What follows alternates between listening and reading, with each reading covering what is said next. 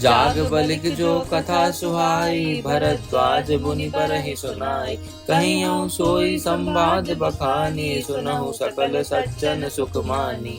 मुनि याज्ञवल्क्य जी ने जो सुहावनी कथा मुनि श्रेष्ठ भरद्वाज जी को सुनाई थी, उसी संवाद को मैं बखान कर कहूँगा। सब सज्जन सुख का अनुभव करते हुए उसे सुने।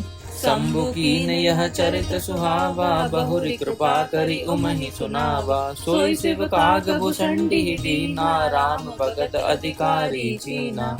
शिवजी ने पहले इस सुहावने चरित्र को रचा, फिर कृपा करके पार्वती जी को सुनाया। वही चरित्र शिवजी ने काकभुसंडी जी को राम भक्त और अधिकारी पहचान कर दिया। तेहि सन जाग बलिक पुनि पावा, तिन पुनि भरद्वाज प्रति गावा। त्रेशोता बकता समशीला, सब दर्शी जानहि हरि लीला। उन काकभुसंडी जी से फिर याज्ञवल्क्य जी ने पाया और उन्होंने फिर उसे भरद्वाज जी को गाकर सुनाया।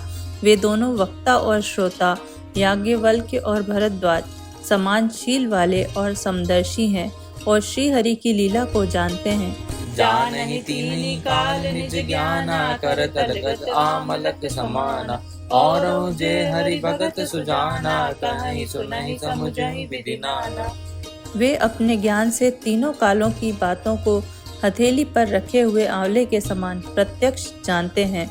और भी जो सुजान भगवान की लीलाओं का रहस्य जानने वाले हरि भक्त हैं, वे इस चरित्र को नाना प्रकार से कहते, सुनते और समझते हैं। मैं पुनि निज गुर सन सुनी, कथा सो सूख कर खेत। समुझी नहीं तसी बालपन, तब अति रहूं अचेत। फिर वही कथा मैंने वाराह क्षेत्र में अपने गुरुजी से सुनी, परंतु उस समय मैं लड़कपन के कारण बहुत बेसमझ था, इससे उसको उस प्रकार अच्छी तरह समझा नहीं।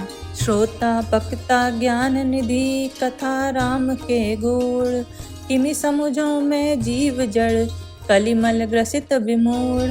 श्री राम जी की गुण कथा के वक्ता कहने वाले और श्रोता सुनने वाले दोनों ज्ञान के खजाने पूरे ज्ञानी होते हैं। मैं कलयुग के पापों से ग्रसा हुआ महामूढ़ जड़ जीव भला उसको कैसे समझ सकता था। जय श्री राम।